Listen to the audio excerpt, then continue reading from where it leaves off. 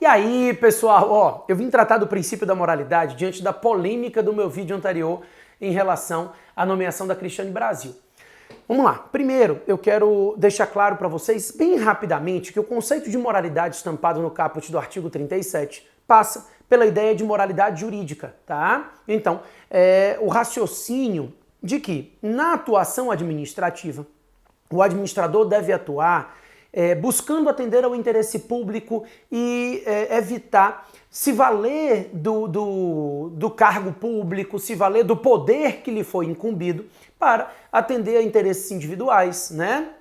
Para atuar de forma ilícita. Então a moralidade, a violação à moralidade é, antes de mais nada, uma ilicitude, né? Uma conduta ilegal, uma conduta na qual, e aquele negócio de não é ilegal, mas é imoral. Se é imoral, é ilegal, tá? Então, de vez em quando a gente assiste e eu vi aí algumas, ilegal não é, mas é imoral. É a mesma coisa. Não há nada que viole o princípio da moralidade e que ao mesmo tempo seja lícito.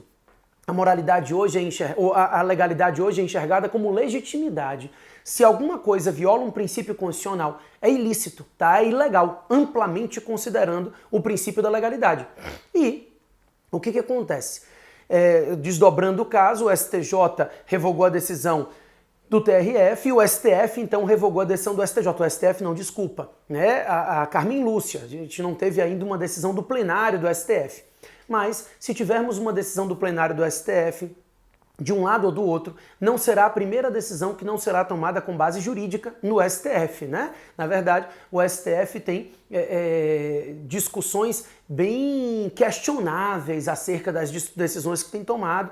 Então, obviamente, a gente não pode discutir essa decisão judicialmente falando, mas a gente pode aqui, doutrinariamente, questionar qualquer espécie de decisão. O que eu disse a vocês no vídeo anterior, e eu repito, é que, e eu sei que alguns ficaram achando que eu estava sendo parcial, e eu não estou, tá? Eu não estou mesmo, porque eu não sou a favor do governo Temer em vários pontos do que ele tem feito. Enfim, o fato é que eu não reelegeria o Temer, por exemplo, mas o fato, e aí é uma questão pessoal, né? Aí é uma posição pessoal, mas o fato é que a nomeação de um cargo em comissão é livre. Repito, é livre, tá? Existem limites a essa liberdade? Existe. Existe sim. Se ele estivesse nomeando um parente dele, ele violaria o nepotismo. Se ele estivesse nomeando alguém e se comprovasse por qualquer meio de prova lícita que essa nomeação está sendo dada por motivo de apadrinhamento, para beneficiar alguém, com qualquer outra intenção que não seja atender ao interesse público, isso poderia ser questionado. Se também se comprovasse que a pessoa não tem nenhuma condição de exercer funções técnicas em um ministério, também a gente teria essa questão. Mas o fato de haver, na vida privada dessa pessoa, uma condenação na Justiça do Trabalho, na minha concepção, continua sendo uma justificativa não legal para impedir essa pessoa de ingressar no cargo. E aí eu mantenho o meu entendimento de que a gente precisa respeitar o princípio da separação de poderes e que, na verdade, o que o judiciário vai estar fazendo é decidindo aspectos referentes ao mérito. Daqui a pouco o STF vai querer dizer quem é o ministro que ele tem que nomear. É só o que está faltando. O judiciário nomear um ministro no lugar do presidente da República, tá? Enfim, se a intenção é evitar essa nomeação, consiga comprovar que a nomeação passa por qualquer outro motivo, qualquer outra intenção, escusa, que não seja atender ao interesse público. Mas a justificativa de uma decisão contrária na Justiça do Trabalho é complicada. Pessoal, primeiro que qualquer pessoa que entra na Justiça do Trabalho contra qualquer pessoa praticamente ganha,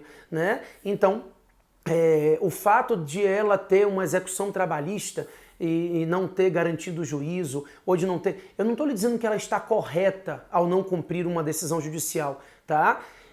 Embora as execuções possam ser questionadas por meio de embargos, por meio de exceção de pré-executividade, então a gente tem ainda... A questão ainda pode ser questionada, discutida, mas o fato é, ainda que ela esteja errada na atuação dela, ela deve ser punida pela Justiça Trabalhista. Mas essa punição não atinge a nomeação de cargos comissionados, porque não existe vedação legal ou constitucional a esse tipo de nomeação, tá? Repito, me perdoem as posições em contrário, E eu não tenho medo de continuar dizendo qual é a minha posição, porque ela não é uma posição política, é porque eu realmente não tenho que agradar ninguém, né? O meu entendimento. E, obviamente, o direito é bonito porque ele não é exato, né? E, obviamente, as posições em contrário também têm argumentos bacanas e eu respeito.